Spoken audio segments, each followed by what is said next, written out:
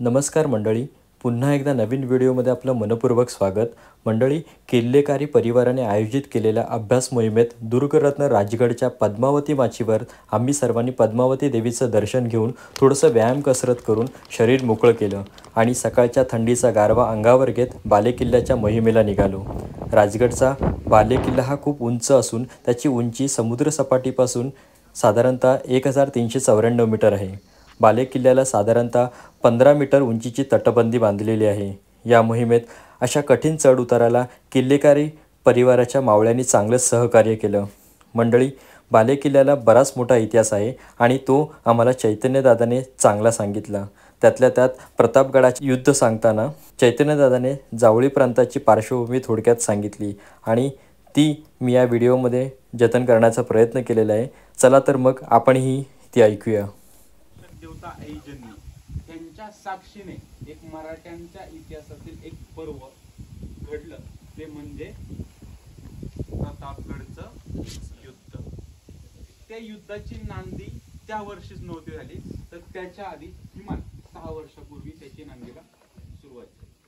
आता प्रतापगड म्हणजे फक्त प्रतापगडच युद्धाबाबतीत उल्लेख नाही, तर त्याच्या आधी तो प्रांत म्हणजे जावळीचा प्रांत.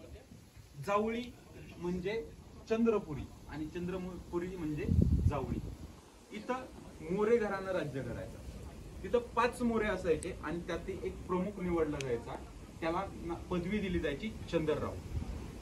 आणि त्यावेळी म्हणजे 1654-55 सालामध्ये तिथला जो चंद्रराव होता तो मेला.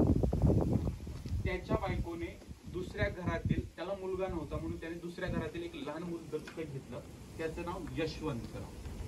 आता हा यशवंतरावाला बाकीच्या मोऱ्यांनी त्याला राज म्हणजे चंद्रराव होण्यासाठी विरोध केला. मग त्या यशवंतरावाच्या ज्या दत्तक घेतलेल्या आईने छत्रपती शिवाजी महाराजांकडे मदत मागितली आणि स्वतः छत्रपती शिवाजी महाराजांनी मदत त्याला करून जावळीवरती त्याचं राज्य प्रस्थापित करून दिलं. महाराजांचं धोरण काय होतं, ज्याप्रमाणे या परिसरामध्ये देशमुख आहेत त्याप्रमाणे जावळीमध्ये मोरे राज्य जरी करत असले तर ते स्वराज्याच्या अंडर येऊन त्यांनी काम करावं, म्हणून त्यांनी जावळीवरती थोडासा दबदबा बनवण्यासाठी ते त्यांनी यशवंतरावला तिथं स्थापित केलं. आणि नंतरच्या काळातच काही वेळात म्हणजे 2 ते 3 वर्षामध्ये हा यशवंतराव हा स्वराज्य विरुद्ध फुलगुड्या करायला लागला. आता हे समजल्याच्या नंतर छत्रपती शिवाजी महाराज थोडी शांतता साधले. छत्रपती शिवाजी महाराजांनी राजगडवरनी जावळी प्रांती स्वारी केली. जाताना ते महाबळेश्वरला जातात. आता महाबळेश्वरचा स्पष्टपणे उल्लेख आपल्याला बऱ्याचशा धर्मग्रंथांमध्ये मिळतो. त्याच्यामध्ये ह्याच्या आधी प्रतापगडच्या युद्धाच्या आधी एक उल्लेख मिळाला, जो की त्या ठिकाणी होणाऱ्या खंडगराज ग्रहणा दिवशी होणाऱ्या तुला, त्या ठिकाणी राजमाता जिजाऊ आणि सोनोपंत डबीरांची तुला झाली होती. त्याचबरोबर छत्रपती शिवाजी महाराज राजगडवरनी महाबळेश्वरला गेले. त्यांच्याबरोबर एक लेखक होता.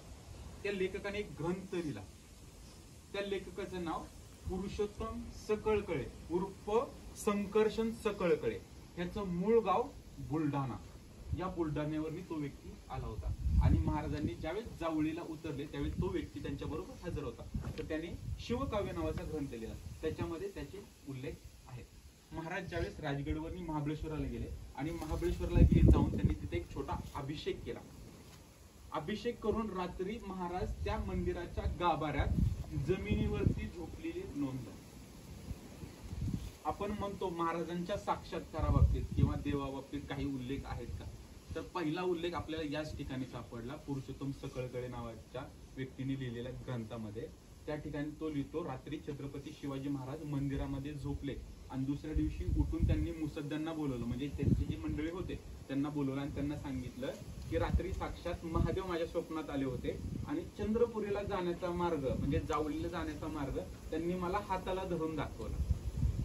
महाराजांच्या साक्षात्कार होण्याचा पहिला उल्लेख आपल्याला या ग्रंथामध्ये मिळतो. आणि तिथून महाराज जावळीला खाली उतरले. ते यशवंतरावाला बाकीच्या मोऱ्यांना मारलं. हा चंद्रराव पुढे जाऊन रायगडला जाऊन लपला. आता जावळी घेतली आणि सगळ्यात मोठा महसूल मराठ्यांना मिळाला. आता महसूल कसा की जावळी प्रांत असा आहे की जर महाड किंवा महाड पासून खालची जी बंदर आहेत, चौल वगैरे त्या बाजूची, दापोडी वगैरे, तर तिथून जर आदिलशाहीच्या बाजूला किंवा घाटावरती येण्याचे घाट मार्ग जर कुठे जास्त तर ती जावळी